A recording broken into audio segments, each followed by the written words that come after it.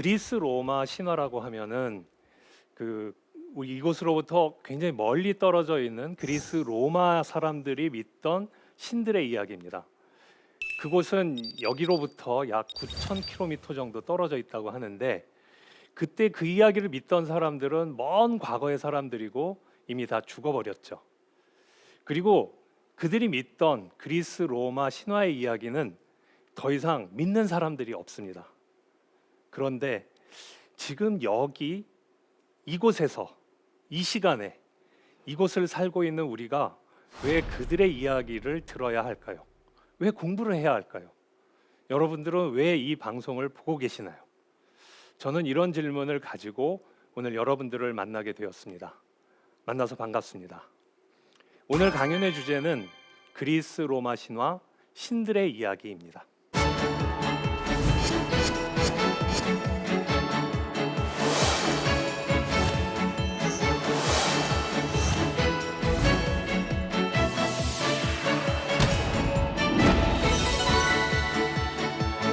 그리스 로마 신화는 신들의 이야기로부터 시작됩니다. 이 그리스 로마 신화의 신들의 역사를 간단하게 정리를 하면 이렇게 얘기할 수 있습니다. 처음 시작은 카오스로부터 시작이 되죠. 카오스에서 코스모스로 가는 여정이 그리스 로마 신화 속의 신들의 역사라고 할 수 있습니다. 이 카오스라고 하는 것은 혼란이라는 뜻으로 여러분들이 많이 알고 계실 텐데, 원래의 뜻은 빈 공허라는 뜻입니다. 그리고 보면 그리스 로마 신화 속의 신들의 역사는 텅 비어있는 이 카오스에서 무언가가 하나씩 질서 정연하게 자리를 잡아가는 코스모스로 이행해가는 과정이라고 할 수 있죠. 그런데 이 빈 터에 무엇이 하나하나 이렇게 자리를 잡을 때 가지런히 질서 있게 자리를 잡아가면 좋을 텐데, 그렇지 못하고 혼란스럽고 혼돈스러운 상황이 있었습니다. 그렇기 때문에 카오스가 혼돈이라는 뜻으로도 쓰이게 되었죠. 자, 지금부터 이 카오스에서 코스모스로까지 가는 그리스 로마 신화 속의 신들의 역사가 어떻게 펼쳐지는지 한번 보도록 하겠습니다. 무엇인가가 생겨나서 자리를 잡으려면 공간이 있어야 되지 않습니까? 그래서 그리스 로마인들은 먼저 공간을 생각했습니다. 그런데 이 공간을 그냥 공간으로 둔 게 아니라 하나의 신으로 생각했던 거죠. 공간을 카오스 신이라고 얘기한 겁니다. 이 카오스를 가장 먼저 차지하고 태어난 게 대지의 여신 가이아였습니다. 그리고 가이아 여신 밑에 지하의 신 타르타로스가 생겼죠. 마치 양과 음의 관계처럼 지상과 지하가 생겨난 겁니다. 그리고 에로스가 생겨났다고 합니다. 에로스는 에로티시즘이라는 말에서 우리가 알 수 있던 것처럼 사랑이란 뜻입니다. 자, 이렇게 보면 최초의 시인으로 꼽을 수 있는 게 카오스, 에로스, 가이아, 타르타로스라고 볼 수 있습니다. 근데 이것은 앞으로 생겨날 모든 우주 만물의, 그리고 신들의 탄생을 위해서 가장 기본적인 조건이라고 할 수 있습니다. 무엇인가가 생겨나서 자리를 잡으려면 공간이 있어야 되니 카오스가 있어야 되고, 거기서 무언가 생겨나려면 원초적인 진료가 있어야 되지 않겠습니까? 바로 그 진료를 가이아 여신이 담당하고 있는 거라고 볼 수 있습니다. 공간과 진료. 그러나 이 두 개만 가지고는 무엇인가가 생겨날 수 없겠죠.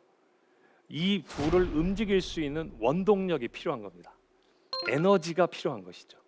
그 에너지를 그리스인들은 에로스라고 불렀습니다. 로마인들은 나중에 라틴어로 아모르라고 부르게 되는데, 역시 사랑이란 뜻입니다.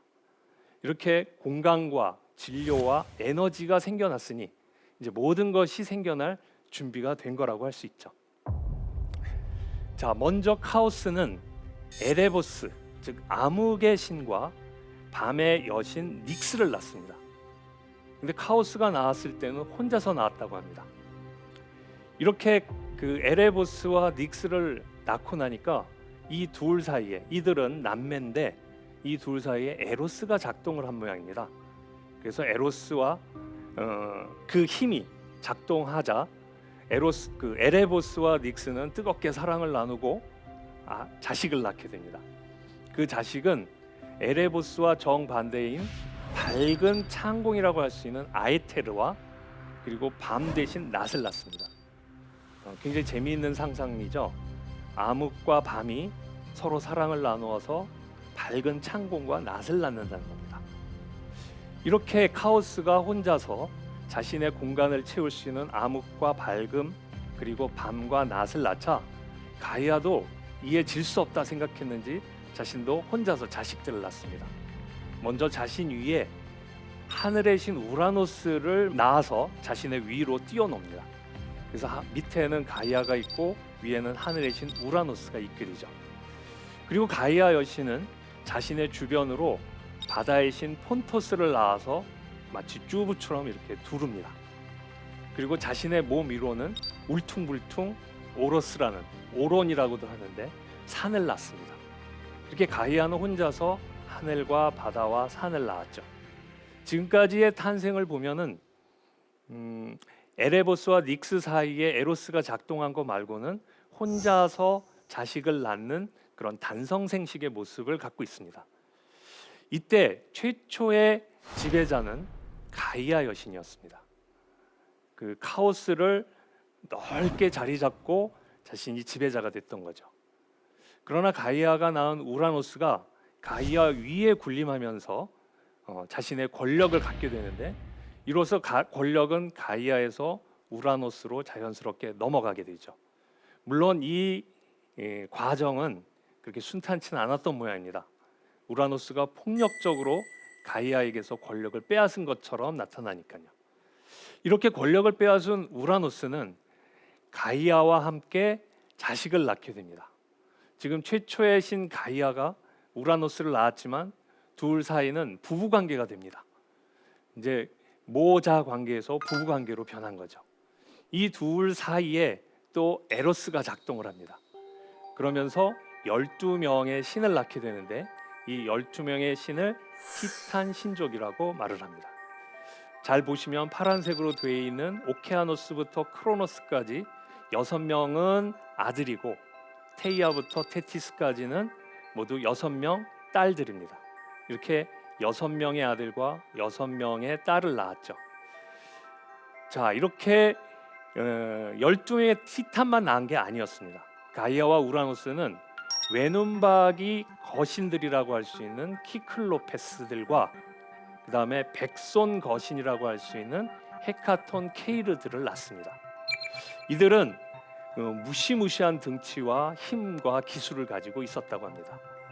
이렇게 우라노스는 어머니 가이아와 부부관계를 맺고 권력을 가지고 자식을 낳은 다음에 이 세상을 지배하게 되죠.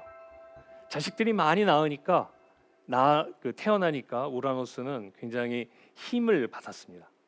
하지만 동시에 우라노스는 겁이 났습니다. 자식들이 많아지면 많아질수록 그게 자신의 힘이 되어야 되는데 이 자식들 중에 혹시 나의 권력을 빼앗는 자가 있으면 어떨까? 이게 걱정이 됐던 겁니다. 실제로 우라노스도 자기 어머니로부터 권력을 빼앗았기 때문에 우라노스가 그런 걱정을 하는 것은 어쩌면 당연할지 모르겠습니다. 우라노스가 어떻게 했을까요? 우라노스는 자식들이 자기보다 더 힘이 셀 것 같고 또 자신에게부터 권력을 빼앗을 것 같으니까 이 자식들을 땅속에 가두게 됩니다. 땅속이라는 뭔가요? 땅속은 결국 대지의 신, 땅의 신 가이아의 뱃속이라고 할 수 있습니다. 가이아가 굉장히 고통스러웠겠죠. 자기가 배 아파서 낳은 자식들을 그 우라노스라는 자신의 남편이자 자식이 또 자신의 그 자궁 속에다 자식을 넣었으니까요. 가이아는 너무나 고통스러웠고 자식들은 너무나 답답했습니다. 그러자 가이아가 자신의 뱃속에 있는 아이들을 모아놓고 이렇게 얘기를 합니다. 얘들아, 내 뱃속에 너희들이 갇혀있는 거 나는 아프고 너희들은 얼마나 갑갑하냐. 우리가 우라노스를 가만두면 안 되겠다. 얘를 몰아내고 새로운 세상을 만들자. 누가 나설 자식이 있다면 내가 그에게 힘을 실어주겠다. 이렇게 말을 했습니다. 이 말을 들은 자식들은 엄마 뱃속에 갇혀있는 게 굉장히 답답하고 힘들었지만 아버지가 무서워서 선뜻 나서지 못했습니다. 그러다가 이런저런 생각을 하던 끝에 마침내 막내인 크로노스가 나서게 됩니다. 어머니, 제가 한번 해보겠습니다. 가이아는 너무나 기뻤죠. 그래서 크로노스에게 그 불멸의 낫을 줍니다. 아다마스라고 하는 그 불멸의 금속을 가지고 낫을 만들어 줍니다. 그리고 이렇게 얘기를 하죠. 크로노스, 잘 들어라. 너희 아버지는 하늘에 있다가 밤마다 나에게 내려온다. 그러면 잘 숨어 있다가 한 방에 끝내버리거라. 이렇게 지시를 하고 크로노스는 알겠습니다 하고 어머니가 말한 곳에 은밀히 숨어 있게 되죠. 그리고 밤이 되자 역시 우라노스가 내려옵니다. 가이아와 또 사랑을 나누기 위해서 내려오는데 그때를 놓치지 않고 크로노스가 공격을 가합니다. 크로노스의 반란이 시작된 거죠. 바로 그 낫을 가지고 아버지를 거세했던 겁니다. 우라노스는 거세당하자 힘을 잃고 먼 곳으로 도망가게 되는데 그 먼 곳은 바로 지하 타르타로스였습니다. 우라노스는 크로노스가 너무나 괘씸했고 자식들이 너무나 괘씸했습니다. 그래서 저주를 퍼부었죠. 네가 나를 몰아내고 권력을 잡는다면 너라고 무사할 줄 아느냐. 너도 너의 자식에게 당할 것이다. 그리고 나에게 이렇게 손을 뻗었으니 너희들의 이름을 이제는 티탄이라고 부르겠다 라고 했습니다. 여기서 잠깐 설명을 드리자면 그 그리스 말에서 티타이노라는 동사가 있는데 티타이노라는 말은 이렇게 손을 뻗는다는 뜻입니다. 크로노스가 낫을 가지고 반란의 손을 뻗었다는 의미에서 티탄이라는 이름을 붙여줬고 이 이름은 크로노스를 비롯해서 그 형제들 모두를 지칭하는 이름이 되었죠. 이렇게 크로노스는 그 아버지를 거세하고 그 최고의 권력을 잡게 되죠. 그런데 이렇게 거세를 당한 우라노스는 어떻게 됐을까요? 물론 거세당한 우라노스는 멀리 타르타로스로 도망갔지만 그 잘린 남근에서 피와 정액이 쏟아져 나왔고 그것이 땅에 닿았다고 합니다. 근데 땅은 대지의 여신 가이아지 않습니까? 그 우라노스의 혈액과 그리고 정액이 닿자 가이아는 또 자식을 낳게 됩니다. 복수의 여신 에리니스를 낳았고 거신족인 기가스들을 낳았고 물풀의 나무 요정들도 낳았다고 합니다. 그리고 잘린 우라노스의 남근은 멀리 뛰쳐서 그 바다에 빠지게 됩니다. 바다는 폰토스 신인데 폰토스 신이 그 우라노스의 거세된 남근을 받자 갑자기 거품이 부글부글 일더니 거기서 아름다운 여신이 태어났다고 합니다. 그 여신이 바로 아프로디테입니다. 아프로디테는 그 말 자체가 그리스 말로 거품에서 태어난 여신이란 뜻입니다. 로마 신화에서 쓰이는 라틴어로는 베누스라고 하고 영어식으로 읽으면 비너스가 되죠. 참 이것도 역설적이죠. 그 우라노스의 무시무시한 그 고통 속에서 가장 아름답고 매혹적인 여신이 태어났다는 것입니다. 자, 크로노스는 이렇게 해서 권력을 잡게 됩니다. 그리고 자신의 누이 중에 레아를 골라서 자신의 아내로 삼게 되죠. 그리고 자식을 낳게 됩니다. 첫 번째 헤스티아, 데메테라, 헤라 이렇게 3자매를 낳고 하데스와 포세이돈을 낳게 됩니다. 그런데 크로노스는 자식을 낳을 때마다 조금씩 걱정에 휩싸이게 됩니다. 왜냐하면 자기가 아버지 우라노스를 거세하고 권력을 잡았기 때문이죠. 그 자식이 태어날 때마다 이 자식이 자기를 밀어내고 권력을 뺏어가면 어떡하나 이런 것 때문에 걱정을 하게 됩니다. 그래서 크로노스는 이 자식들을 그냥 놔둘 수가 없다 생각하고 낳을 때마다 하나씩 데려가서 삼켜버렸다고 합니다. 이 삼켜버린다는 것은 결국 자신의 뱃속에 자식들을 가두어 놓고 아무것도 못하게 통제한다는 것을 말하죠. 우라노스도 그랬고 크로노스도 그랬고 자기의 자식들을 어머니의 뱃속에 그리고 자신의 뱃속에 이 가둔다는 건 굉장히 중요한 신화적 상징을 갖고 있습니다. 기성세대는 아버지의 세대는 자식들을 자신의 틀 속에 가둔다는 것을 의미한다고 합니다. 실제로 우리도 자식을 낳게 되면 그 아이들에게 우리들의 가치관을 전해주면서 그대로 올바르게 잘 살아줬으면 좋겠다는 마음을 갖게 되죠. 그러나 자식들은 그 뜻을 잘 헤아리지 못하고 자기 멋대로, 자기의 뜻대로 가보고 싶어 하는 그런 마음이 있게 됩니다. 근데 이것을 그리스 신화에서는 자식을 낳은 아버지가 자식을 삼키거나 또는 자식을 어머니의 틀 속에 가둔다는 걸로 해석을 합니다. 자, 이 모습을 본 레아는 자기가 낳은 자식들을 남편이라는 크로노스가 하나씩 다 삼켜 먹으니까 화가 났습니다. 그래서 마지막으로 제우스가 태어났을 때는 요놈만은 내가 지켜야겠다라고 생각을 하고 그 강보에다가 그 돌을 쌓아가지고 크로노스에게 가짜로 줍니다. 이것이 이번에 낳은 6번째 아이다라고 전해준 거죠. 크로노스는 이것을 확인도 안 해본 채 6번째 아이라고 얘기를 듣고서는 황급히 삼키게 됩니다. 그리고 레아는 이 아이를 빼돌리게 되죠. 어디로 빼돌렸냐에 대해서는 기록이 남아있길 크레타 섬에 있는 한 동굴에 숨겨놓았다고 합니다.